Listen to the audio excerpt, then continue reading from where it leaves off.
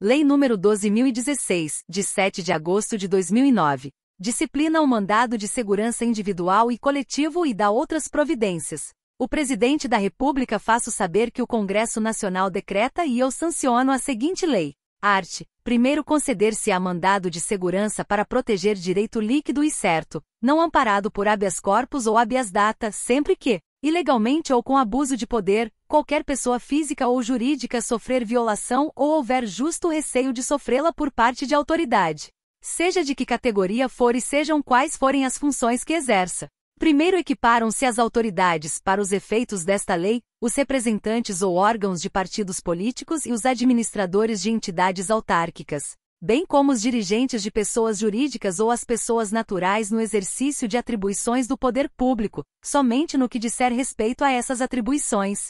Segundo, não cabe mandado de segurança contra os atos de gestão comercial praticados pelos administradores de empresas públicas, de sociedades de economia mista e de concessionárias de serviço público. Terceiro, quando o direito ameaçado ou violado couber a várias pessoas, qualquer delas poderá requerer o mandado de segurança. Art. Segundo, considerar-se a federal a autoridade coatora se as consequências de ordem patrimonial do ato contra o qual se requer o mandado houverem de ser suportadas pela União, ou entidade por ela controlada. Art. Terceiro, titular de direito líquido e certo decorrente de direito, em condições idênticas. De terceiro poderá impetrar mandado de segurança a favor do direito originário, se o seu titular não o fizer, no prazo de 30 dias, quando notificado judicialmente. Parágrafo único. O exercício do direito previsto no caput deste artigo submete-se ao prazo fixado no artigo 23 desta lei, contado da notificação. Art. Quarto, em caso de urgência, é permitido, observados os requisitos legais, impetrar mandado de segurança por telegrama, radiograma, fax ou outro meio eletrônico de autenticidade comprovada. Primeiro poderá o juiz, em caso de urgência, notificar a autoridade por telegrama, radiograma ou outro meio que assegure a autenticidade do documento e a imediata ciência pela autoridade. Segundo, o texto original da petição deverá ser apresentado nos 5 dias úteis seguintes. Terceiro, para os fins deste artigo, em se tratando de documento eletrônico, serão observadas as regras da Infraestrutura de Chaves Públicas Brasileira, ICP Brasil. Art.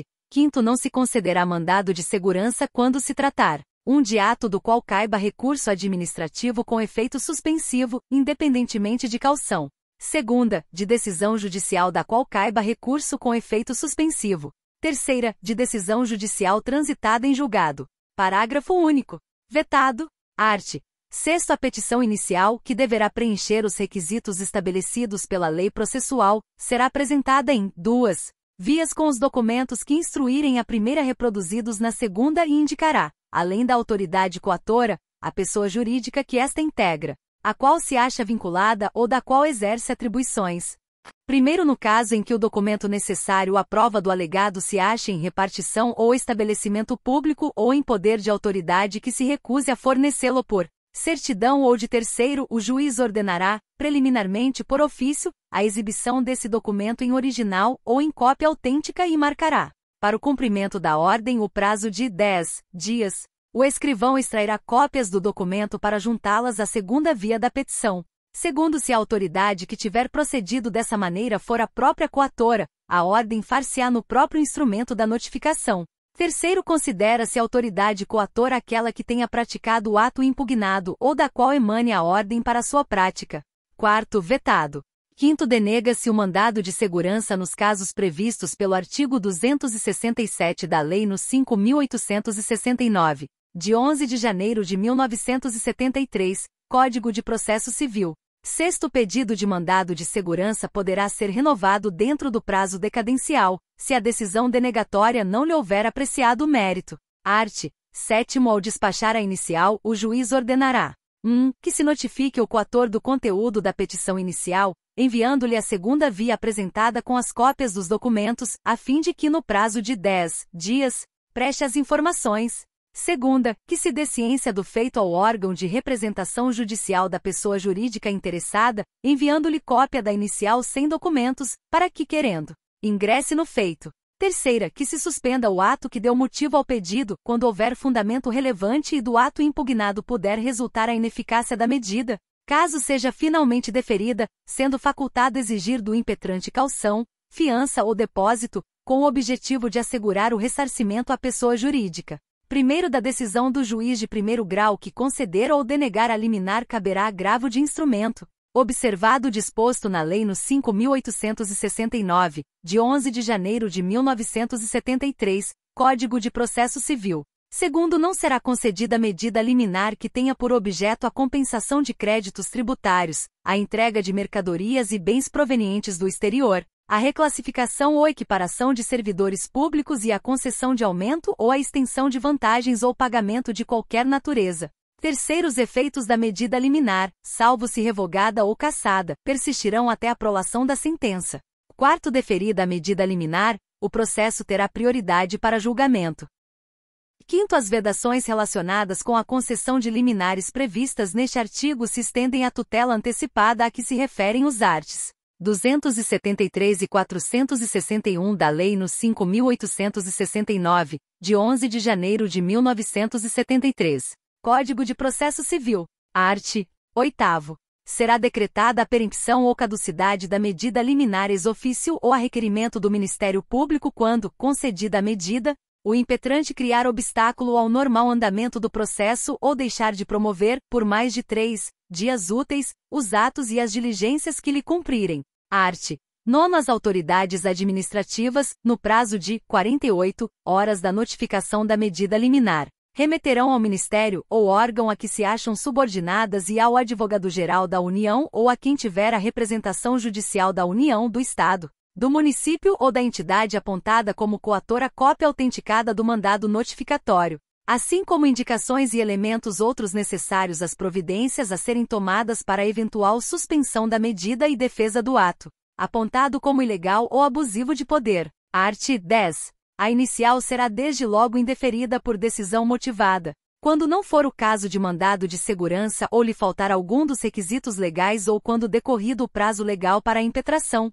Primeiro do indeferimento da inicial pelo juiz de primeiro grau caberá apelação e, quando a competência para o julgamento do mandado de segurança couber originariamente a um dos tribunais, do ato do relator caberá agravo para o órgão competente do tribunal que integre. Segundo, o ingresso de litisconsorte ativo não será admitido após o despacho da petição inicial. Art. 11. Feitas as notificações, o serventuário em cujo cartório corra o feito juntará aos autos cópia autêntica dos ofícios endereçados ao coator e ao órgão de representação judicial da pessoa jurídica interessada, bem como a prova da entrega a estes ou da sua recusa em aceitá-los ou dar recibo, e no caso do artigo 4º desta lei, a comprovação da remessa. Art. 12.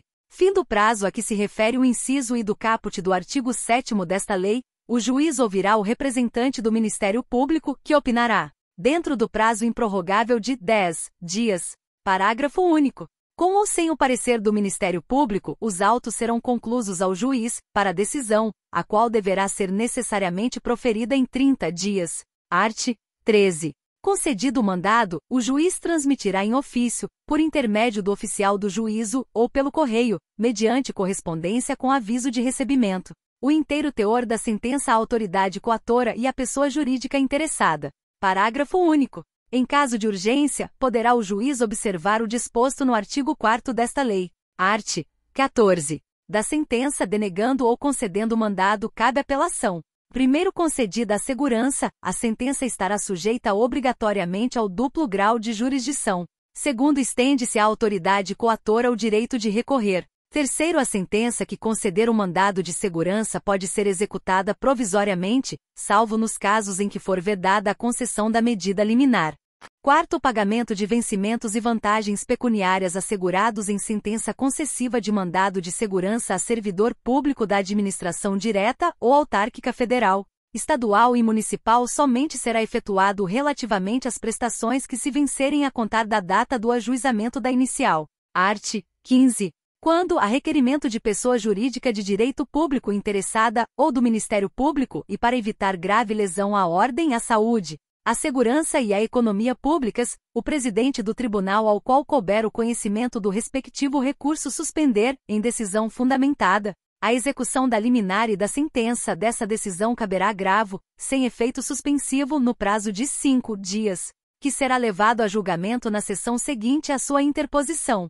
Primeiro indeferido o pedido de suspensão ou provido o agravo a que se refere o caput deste artigo, caberá novo pedido de suspensão ao presidente do tribunal competente para conhecer de eventual recurso especial ou extraordinário. Segundo, é cabível também o pedido de suspensão a que se refere o primeiro deste artigo, quando negado provimento a agravo de instrumento interposto contra a liminar a que se refere este artigo.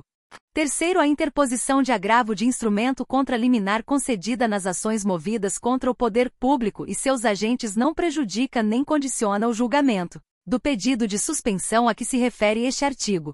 Quarto, o presidente do tribunal poderá conferir ao pedido efeito suspensivo liminar se constatar, em juízo prévio, a plausibilidade do direito invocado e a urgência na concessão da medida. Quinto, as liminares cujo objeto seja idêntico poderão ser suspensas em uma única decisão, podendo o presidente do tribunal estender os efeitos da suspensão a liminares supervenientes, mediante simples aditamento do pedido original. Art. 16. Nos casos de competência originária dos tribunais, caberá ao relator a instrução do processo, sendo assegurada a defesa oral na sessão do julgamento. Art. 16. Nos casos de competência originária dos tribunais, caberá ao relator a instrução do processo, sendo assegurada a defesa oral na sessão do julgamento do mérito ou do pedido liminar. Parágrafo único. Da decisão do relator que conceder ou denegar a medida liminar caberá agravo ao órgão competente do tribunal que integre. Art. 17. Nas decisões proferidas em mandado de segurança e nos respectivos recursos, quando não publicado no prazo de 30 dias contado da data do julgamento, o acórdão será substituído pelas respectivas notas taquigráficas, independentemente de revisão. Art. 18. Das decisões em mandado de segurança proferidas em única instância pelos tribunais cabe recurso especial e extraordinário, nos casos legalmente previstos, e recurso ordinário quando a ordem for denegada. Art. 19.